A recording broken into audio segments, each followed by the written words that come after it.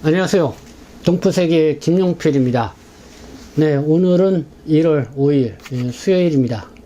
오늘 좀 여러분들에게 주에게 좀 말씀을 드리고자 하는 것은요. 어제 그 재외동포 체류 자격, 방문 취업 체류 자격, 꼭 취업 활동을 하면서 안전하게 취업 활동을 할 수 있도록 뭐 여러 가지 꼭 알아야 될 그런 내용들을 좀 여러분들에게 핵심적으로 말씀을 드렸습니다.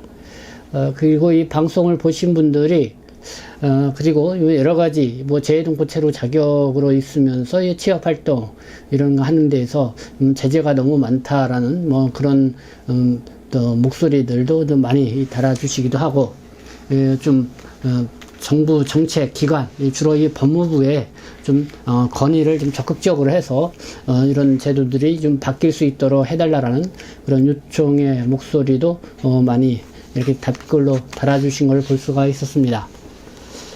그래서 오늘은 뭐 지금 동포 정책과 관련돼서 뭐 정부 기관 쪽이나 또 동포 정책, 외국인 정책 이렇게 연구 또 제안하는 이런 분들하고도 좀 통화를 좀 해봤습니다. 그래서 새해 들어서는 좀 어떤 부분에 있어서 우리가 이 주안점을 갖고 이렇게 좀 정책 개발이랄까요? 이렇게 동포 정책에 있어서 나아갈 방향을 이렇게 잡아야 되는가? 뭐 이런 얘기들 들어봤는데요. 먼저 뭐 국내 상황, 일단은 뭐 코로나19가 이 장기화되어 가고 있는 상황입니다. 그래서 신규 외국 인력이 이렇게 들어오지 못하고 있는 그런 상황이죠. 그래서 일손이 부족해서 이렇게 어려움을 겪는 그런 사업체들도 적지 않게 있는 그런 상황입니다.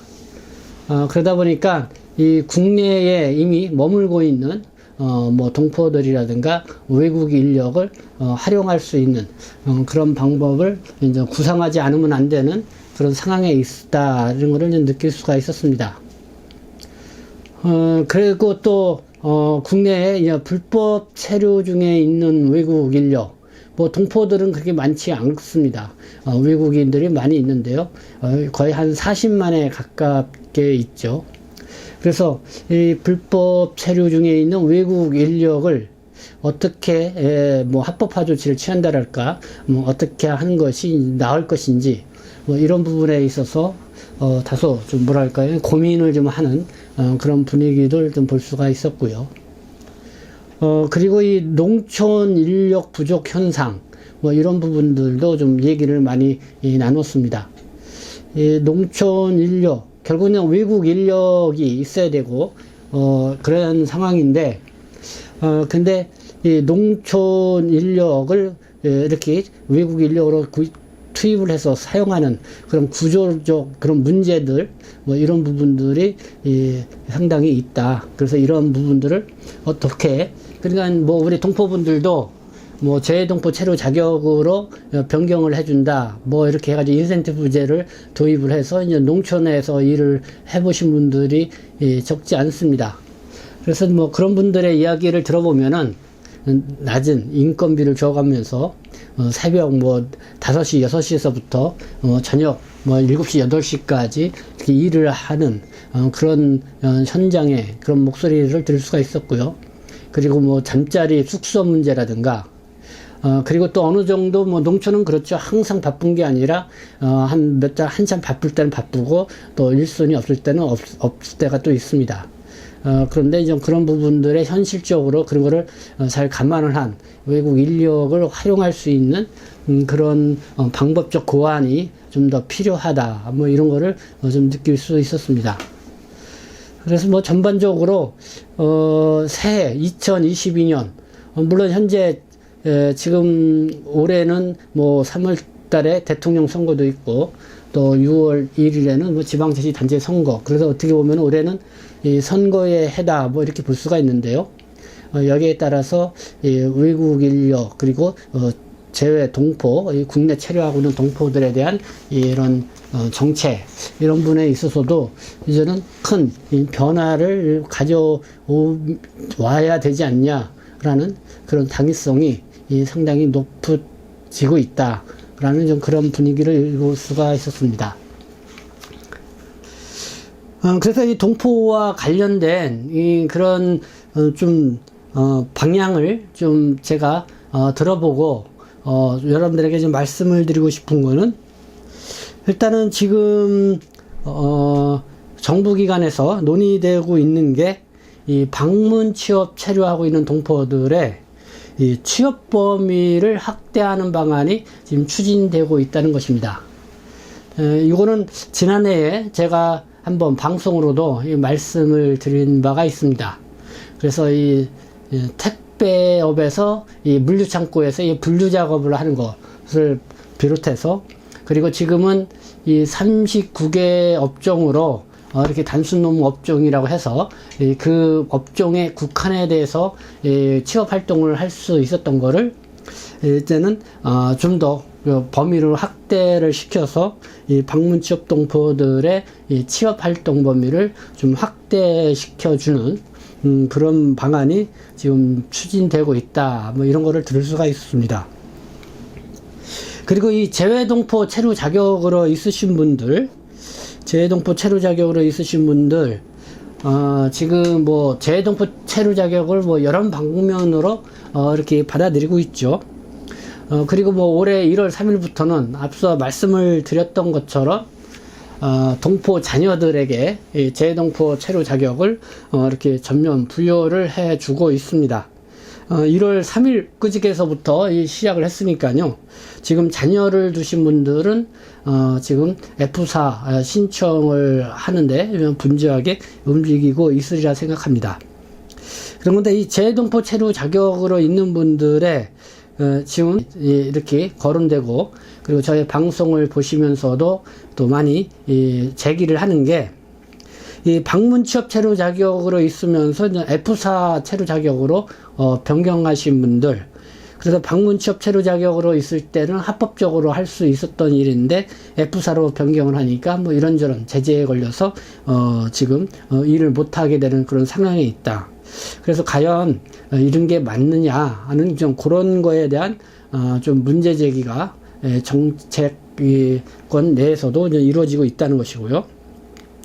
그리고 지금 60대 이상의 이 고령 동포분들이 많이 계시는데, 이분은 고령 동포분들이 한국에 오셔서 체류하면서 뭐 간병일이라든가 이 가사도우미로 일을 많이 하지만은 여전히 또 식당이라든가 뭐 이런 또 자질구레한 그렇게 또 일을 많이 하시면서 취업 활동을 하시는 분들이 많이 있다. 근데 이분들이 재외동포 체류 자격으로 있으면서 할 수 없는 일을 하는 경우가 많이 있다. 그래서 이런 분들이 체류 연장을 하려고 할 때에 이렇게 불법 취업을 했다고 하면서 이 고액의 이 벌금, 과태료를 물게 하는 게 과연 타당하냐라는 그런 부분에 있어서, 그래서 뭐 이런 부분들은 뭐 어떻게 될지는 모르지만은 우리가 계속 이 문제점을 좀 지적을 하고 이렇게 좀 목소리를 내면은 좀 어느 정도 이 부분에 있어서는 좀 개선될 요지가 있지 않겠냐라는 그런 생각을 가져보게 됩니다. 그렇게 하면서 전반적으로 올해 이 체류 3년 만기가 돼서 재외동포 체류 자격으로서 올해 3년 만기가 되면서 이제는 체류 연장을 받게 될 경우에 2021년도에 어쨌든 그 연간 소득 금액 증명원 연간 소득 금액을 이렇게 산출해서 좀 볼 수 있게 된다는 건데요. 그래서는 그거를 통해서 갑자기 이렇게 벌금 과태료를, 고액의 과태료를 부과시키는 것, 여기에 대한 이 동포들의 반발이 상당히 있을 수 있다. 그리고 또 이게 고용주에게도 또 더 많은 이 과태료가 이 징수가 되기 때문에 그렇기 때문에 이 재외동포 체류 자격을 부여해주고 오히려 더 이 불만의 목소리가 높아질 수 있는 그런 상황이 벌어질 수가 있다. 그래서 이 제도가 본격적으로 시행이 되기 전에 먼저 홍보를 좀 강화하고, 그리고 여기에 대해서 어느 정도 유예 조치를 취해주거나 이런 좀 유들이 있는 이런 정책 집행이 필요하지 않냐라고 하는, 그런데도 좀 어느 정도 목소리가 좀 전달이 되었고요. 거기에 대해서 어느 정도 저는 함께 그런 부분을 좀 고민을 해 보자는데 의견이 좀 이렇게 전달이 됐다. 이런 부분들을 여러분들에게 말씀을 드리고 싶습니다. 뭐 새해 들어서 또 하여튼간 또 많은 분주하게 움직이는 그런 해가 될 거라고 생각합니다. 그렇지만은 우리가 이렇게 좀 현실을 직시해서 지속적인 이런 목소리를 내야 된다고 하면은 그런 목소리들이 정부 입안을 하는 분들한테 정확하게 잘 전달이 돼서 현실에 맞는 그리고 그런 정책으로 이렇게 개선이 되어갈 여지는 충분히 있다는 것을 이렇게 확인해 볼 수 있는 오늘의 저의 일과였다는 것을 말씀을 드립니다. 어쨌든 뭐 동포 여러분들이 좀 더 여러분들이 현장에서 겪고 계시는 그런 애로사항이나 어려움들을 꾸준히 이렇게 말씀을 해주시면은 최대한 제가 그 내용들을 수렴을 해서 이렇게 또 계속해서 목소리도 내기도 하고요. 그리고 또 이렇게 전달도 할 수 있도록 이렇게 노력을 해보도록 하겠습니다.